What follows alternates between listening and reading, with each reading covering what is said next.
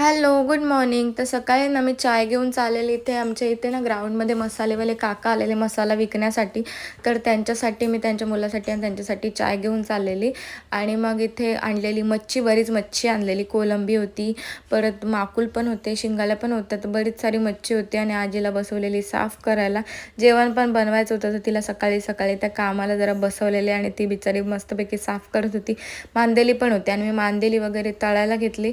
त्याच्यानंतर कोळंबीचं कालवण बनवलेलं असं मस्त ग्रेव्ही टाईप, आणि ते ते शिंगाल्याचं कालवण पण बनवलेलं. आणि अशा प्रकारे माझं जेवण, खूप दिवसांनी मी आज जेवण बनवलं मग घरी, कारण माहेरी आल्यापासून मी जास्त जेवणच नाही बनवले. आणि मग हे व्हॅलेंटाईनचं गिफ्ट आणलेलं माझ्या नवऱ्याने माझ्यासाठी, सगळ्या मशीन्स आणलेल्या. सो मी जास्त खुश झालेली. सेकंड डेला आणलं, त्या दिवशी नव्हतं आणलं, पण तरी पण मी खुश झाली जाम. आणि संध्याकाळी पप्पाने बनवली मस्तपैकी कॉफी वगैरे पिली. आणि या पोरांचं ना काय चालेल ते बघायला चाललेली.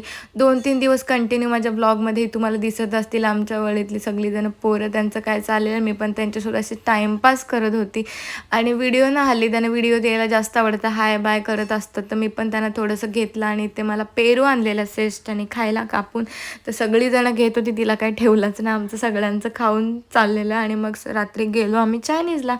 तर खूप दिवसांनी चायनीजला जायचा प्लॅन चाललेला. सो फायनली सक्सेसफुल झाला. आणि हा राघव आहे, किती क्यूट दिसतोय बघा. असा होता माझा आजचा दिवस. कसा वाटला?